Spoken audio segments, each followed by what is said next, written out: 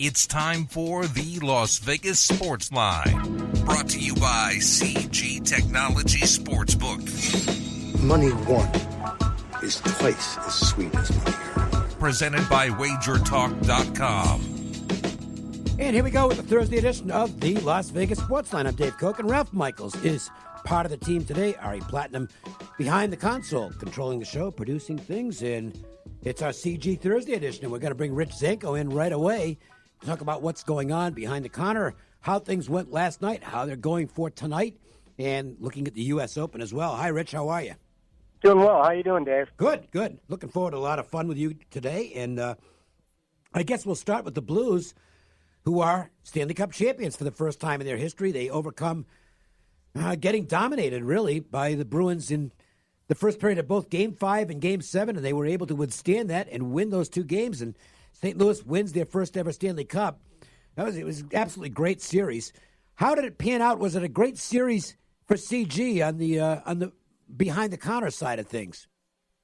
We did a great job, actually, and credit goes out to Tom Foster, who actually handles all of our NHL type stuff.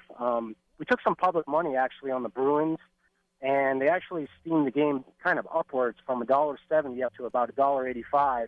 And quickly the Sharps actually chimed in on the Blues. So as far as the game goes, in and of itself, we actually were a small winner to the game, but we did quite well to the series and quite well overall in the future market compared to some of our competitors out there that I actually heard took a little bit of a bath on the future market. Yeah, I mean, there were some Blues tickets out there, but just because they're written at one shop does not mean they'll be written at all the shops. And you guys got away clean on that one, I guess you could say. Was that a case of you not offering as attractive a number, or did you just, I don't know, for lack of a better phrase, did you just luck out? More or less, I think the biggest future bet we actually took on the Blues was about a $400 or $500 wager at 40-1 from what I saw. So it was basically like a $15,000 to $20,000 biggest future exposure on that specific price. As far as the pricing goes, I mean, we never actually were northbound of 200-1 like some of the other books in town, from what I've heard. Rich, tell us about the total. It's sat at 5, and I know some places at 5, some at 5.5. Did you need that a last goal in the last 30 seconds, or were you happy with the result? We were happy with the result. We were actually at 5, and we were at juice from what I saw earlier in the day. I think it was $1.40 or $1.45, and there wasn't much action actually on the total. It was more or less on the game itself, where it was kind of like the public versus the pros. And the pros actually saw some value in the Blues and probably figured that, some of the officiating or the home cooking wasn't going to bail out the Bruins as opposed to, like, let's say, the Patriots in that spot. You know, we finished the NHL season. We have a game or two left in the NBA season. Tell us about tonight, Golden State and Toronto, the updated line for the game and the series. Correct. We actually opened the game at 3.5. We're currently at 3. We actually dipped to 2.5 briefly, and we took kind of a sophisticated bet at 2.5, hence why we're at 3. The marketplace is anywhere between 2.5 and 3, so that's why we're at the 3. The series price currently is Toronto minus 320, take back 260 on the Warriors, which is actually flipped from where the series opened originally prior to Game 1, where the Warriors were actually minus 320 plus 260. I'm not surprised you took what you call a sophisticated bet on Golden State at that price. I think this is going to be a game where the numbers players are going to play Golden State.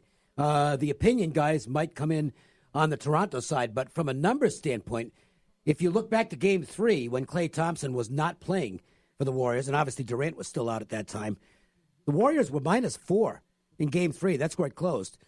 And now with Thompson in the lineup, which he wasn't in Game 3, they're only 2.5. So clearly the market has made an assessment here, but value players are going to look at this and say, well, wait a minute. If I had to lay 4 with Thompson in Game 3, and now I can lay 2.5 with Thompson a week later, give me the minus 2.5. And I know that's what the value guys are going to do here. Right. The series actually has some undertones, it appears, as like of the 1998 Bulls-Jazz series, kind of when the Bulls were tested throughout the series and didn't have the home court either. I think the public's going to be a little maybe gun-shy based on what happened in Golden State as far as backing the Warriors in the last 2 games, where Toronto, I mean, they were making all the shots. They were actually disciplined, well coached, and the Warriors actually were panicking like they have in some of their games all year, it appears. This is, make or break game, obviously, right here. But the public might be a little shy coming in on the Warriors, even though, as you would say, the price has gone down from 4 to 2.5, 3, which to me actually offers some value. I mean, you're getting the defending champs here in this spot and having to lay a relatively, I'm not going to say weak price, but a small price. Do you have a preference for the house as far as the series goes? We actually do quite well to either the Raptors or the Warriors, and shout out to Dave Sherapan, who actually does the NBA. We're in a good spot either or, so it's not like it's kind of like the hockey series. We're not actually pulling for one side or another. More or less, if we go to a Game 7, it just means, more action and more betting for Game 7. So maybe pulling for the home team here. Fowler, Schauffele in Oosthuizen. They're 5 under par, 65 after one round of the U.S. Open. Lots of players still on the course, so we don't know if the 5 under will hold up as the leaders in the clubhouse. I'm pleased because Schauffele is one of the 2 guys I played this week. Let's talk about where the U.S. Open money showed up this week and which players you're going to be rooting for or against. Sounds good, Dave. Actually, you mentioned a couple guys from San Diego State with Scott Piercy up there and Schauffele and Ricky Fowler, obviously, from Southern California. The ticket count was pretty high on Fowler, Cantley, Tiger Woods, of course, Schauffele, and Mickelson. We do great to everyone. The only outliers we have basically are Woods, which is to be expected with the big win at the Masters, and Dustin Johnson, actually. We took a pretty substantial bet of Dustin Johnson at 7-1. Hence, we went to 5-1 on that, and him and Woods are basically our only liabilities in this tournament. As I last looked, I think Dustin Johnson was at even par, and Woods is scheduled to tee off here shortly. Yeah, I'm looking at Tiger now, and he's just about to get started. By the way, we should point out, looks like the weather's going to be ideal all weekend, so we could be looking at some really low U.S. Open scores. I know the over-under in town at least was like 7.5, I think, as far as the total goes. Going way under that. 71 for the tournament, and we're at 5 now. The course will probably toughen up, though, over the weekend. It's supposed to be, I think, getting a little bit hotter out there, and the winds will probably dry the course out a little bit. But scoring was definitely there this morning, and you can see by some of the scores, like you mentioned, between Schauffele and Fowler and Easthuizen at -5 leading the golf tournament right now. Rich, making an educated guess, the Masters and U.S. Open are number 1 and 2 as far as volume goes with golf. Is one significantly higher than the other? Without question, it's the Masters for sure, and I would say it's probably at least 3 times the volume. Why that is, I'm not sure exactly. Well, no, I'll tell you why it is. Because the Masters is up for way longer than any of the other tournaments. I mean, it's up. You got months to take that, whereas the U.S. Open, you basically got a handful of weeks. Even with the schedule change, where the PGA is now in between, it's really not that many weeks. So, right, you are right on that assessment. We've had actually all 4 majors up in town since late January, so people haven't been able to bet things like the British Open, the Open Championship, of course, the U.S. Open, and even the PGA. So they had months in advance to actually prepare and bet this tournament. But like you said, the Masters is definitely the crown jewel of the betting arena and the tournament, and it's probably because of the nostalgia and everything that goes with the Masters and the green jacket. It's just that time of year where people are just itching to get into the official golf tournament, season. Rich Zanco with us from CG Technology Sportsbooks. So who are your preferences going into this weekend, and maybe we can use them in matchups going forward? I think Brooks Koepka is an interesting pick. Obviously, it's the obvious pick. I mean, he's won the tournament back-to-back. He's coming off the PGA Championship, which he won back-to-back. But he's certainly a horse for the course. And a guy that I think hasn't, or might have just teed off, actually, is Webb Simpson, who actually offered some value at 40-1, in my opinion. Him and Rory McIlroy, if you looked at the tournament last week, the Canadian Open, they were certainly striking the ball well off the tee and hitting a lot of greens. Simpson won back a few years back over actually up in that region. And from a ball striking perspective and you can get a few putts rolling in, certainly offers a little bit of value. We do well to a lot of other guys, especially the Euros.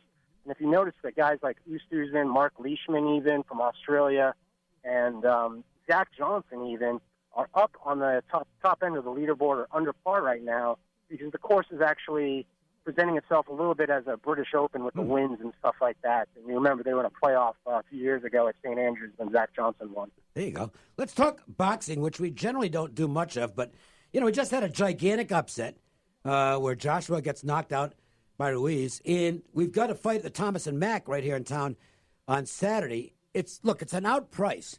Tyson Fury is a massive favorite over the Schwartz guy. He's 2,500 last I checked at CG. But in view of the fact that we just had a big upset, is that getting you some flyers on the dog here? You're absolutely right on that assessment. We actually opened it at minus 5,000, come back 1,500 on the dog. And we're currently at 2,500 on the favorite, minus 2,500, come back 11-1 on the dog. So we're getting, I wouldn't say heavy action, but some dribs and drabs from some of our customers that walk in. And, they want to take a stab on the long shot. And typically with boxing, a lot of the soft money or not the professional money, they want to put up $100 or $200 to win something rather than, putting up $100 to win next to nothing. So we have seen a little action on the dog, but nothing substantial as of yet. Rich, I was almost going to bring up the same point. The Blues ticket had so much publicity. I think that just has to help your future bets, doesn't it? People coming in town, maybe we're going to bet 10 or 20. Now thinking I'll bet 100 or 200 to perhaps have a life-changing type win for some people.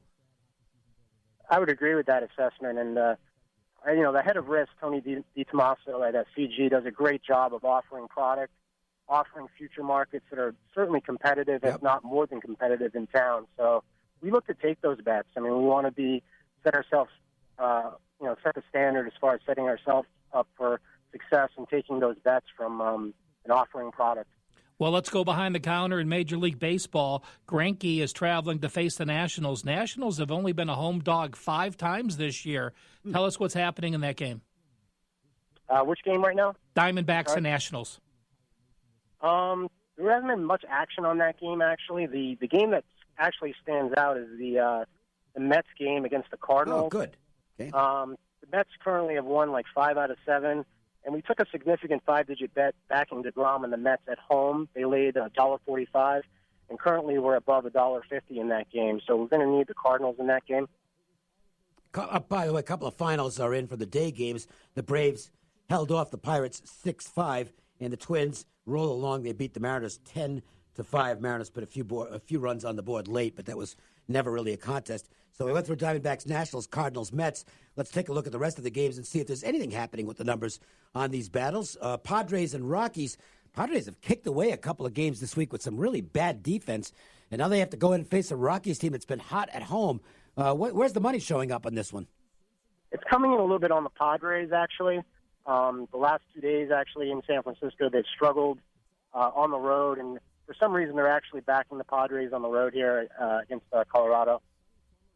The Dodgers had won 17 straight starts for Kershaw, lost the last one, and now he's a very reasonably priced favorite, I think, $1.70 at home against the Cubs. Any movement on the side in total in the Cubs-Dodgers?